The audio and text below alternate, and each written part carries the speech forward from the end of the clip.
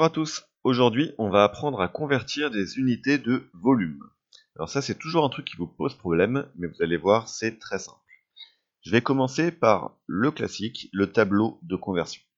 Donc vous vous souvenez certainement en primaire, vous aviez un tableau pour convertir des longueurs. Donc je vais faire ça rapidement, désolé c'est pas ultra propre. Et dans le tableau, je vais mettre l'unité centrale de longueur, les mètres, en dessous les décimètres, encore en dessous les centimètres. Ça normalement, vous devez savoir faire ça. Et bien ici, on va convertir non pas des longueurs, mais des volumes. Ça va changer un petit truc, c'est que chaque colonne va être divisée en 3. Donc les centimètres, hop, je divise en 3. Les décimètres, je divise en 3. Pareil pour les mètres, etc. Et donc ici, là en tête de mes colonnes, ça devient des centimètres cubes, des décimètres cubes et des mètres cubes. Donc maintenant, mettons que vous ayez une conversion à faire. Alors, je vais effacer ici. Mettons que vous ayez 3,25 mètres cubes que vous souhaitez convertir en décimètres cubes. C'est pas compliqué. Dans votre tableau, on écrit le 3,25 mètres cubes, sachant que la colonne des unités des mètres cubes, c'est celle-là. C'est celle la plus à droite des mètres cubes.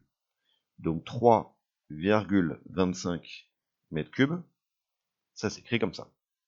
Et si je le veux en décimètres cubes, eh bien je dois me placer dans la colonne des unités des décimètres cubes, donc celle-là, et du coup je rajoute un 0. Donc j'aurai que 3,25 mètres cubes, c'est égal à 3250 décimètres cubes.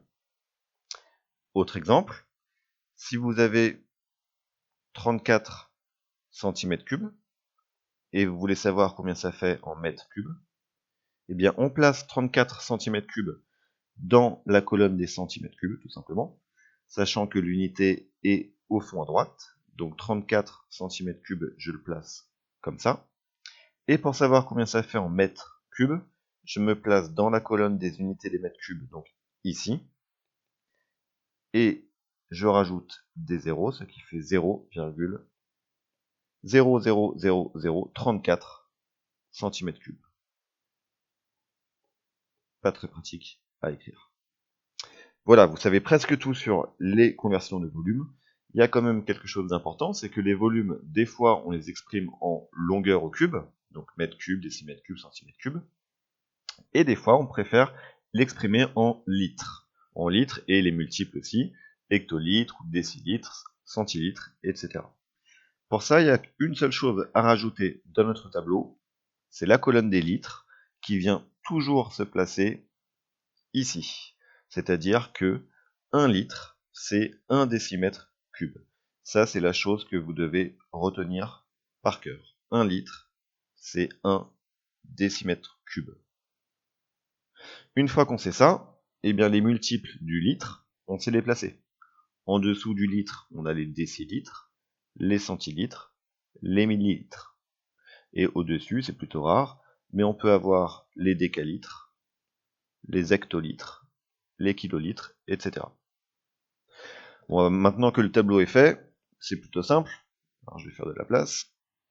Si vous avez par exemple 2,34 mètres cubes, et que vous le souhaitez en litres, eh bien vous placez 2,34 mètres cubes dans le tableau. Donc ça va se placer ici, 2,34. Et pour l'avoir en litres, vous vous placez dans la colonne des litres. Vous voyez qu'il manque un 0 que vous rajoutez.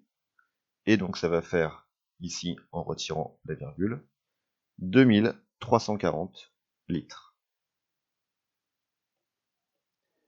Donc pour résumer, entraînez-vous à faire ces tableaux, mètres, décimètres, centimètres, millimètres, etc. On divise chaque colonne en 3 vu qu'on est en longueur au cube. Et puis on place bien la correspondance que 1 litre c'est 1 décimètre cube. Et après, plus rien ne vous arrête. Et voilà.